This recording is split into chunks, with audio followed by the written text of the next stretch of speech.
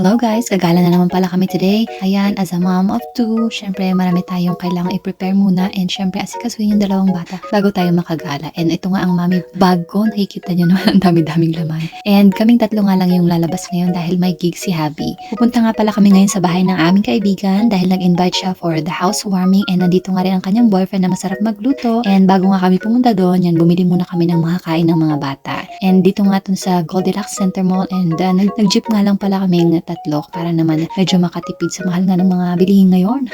And dito na nga lang kami nag-antay sa My Prime Hotel. Ayan, inaantay namin dito si Tita Cherie and si Cez Arvin. And after nga yan, ayan, nag-jeep din kami papuntang Luwakan kasi medyo nga malayo yon. And ayun nga si Kuya Zeki, medyo natatakot siya nung una kay Tita Arvin niya. Pero ayun, carry naman.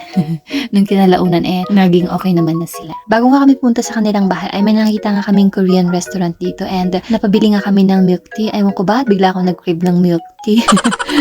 And may unli wings nga daw sila dito and unli sangyup din and napakamura lang din and malapit nga pala to sa Luwakan Airport. O diba ang ganda ng kanilang location and ayan o, and dun yun yung Luwakan Airport. So ayan, may trip dyan from Baguio City to Cebu and nandito na nga kami sa kanilang munting tahanan. Ayan, nag-prepare na nga sila Maring Leslie and ang kanyang boyfriend ng mga foodams na aming kakainin. At ayan si Ziki feel at home, nagtanggal agad ng shoes and socks.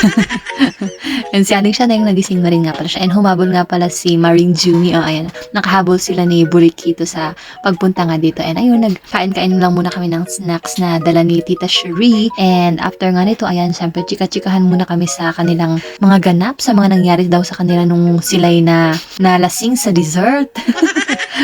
And ayun, yan, tawa-tawanan lang and kwento-kwentuhan ng mga kung ano-anong ganap sa aming mga kabuhayan. And yun nga, nag-enjoy nga rin kami sa mga pagkain na kinain namin kasi ang sarap talaga ng mga gawa nila. Ito namang crinkles ay ginawa ni Leslie yan and yung mga ibang food naman ay pinagtulungan din nila. And more on si kanyang boyfriend ang nagluto nga and ang sasarap nga talagang magluto din ng kanyang boyfriend. Yung palabok and yung lumpiang gulay and kahit nga yung sauce talaga ang sarap. And syempre yan, minom na lang din kami ng soda, panula. Matagal nga din kami hindi nagsama-sama ng ganito kasi most of the time busy na rin kami sa aming mga buhay-buhay, may mga anak, yung iba naman ayan may mga work. Kaya pag may mga event, birthdays, ganun dun na lang din kaya talaga kami nagkikita-kita. And syempre masaya din naman na makapag-catch up with your friends sa mga ganitong pagkakataon. Yung mga bata naman ay naglaro-laro lang, kami namang mga youth thunders ay ayan, sige, lamon ng lamon dahil masasarap nga ang pagkain and more chika.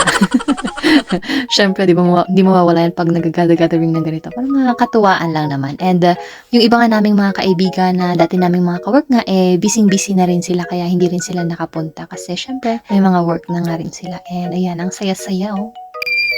Parang ito ata ang magaling kumantate, no? Oo. Tumutuwa.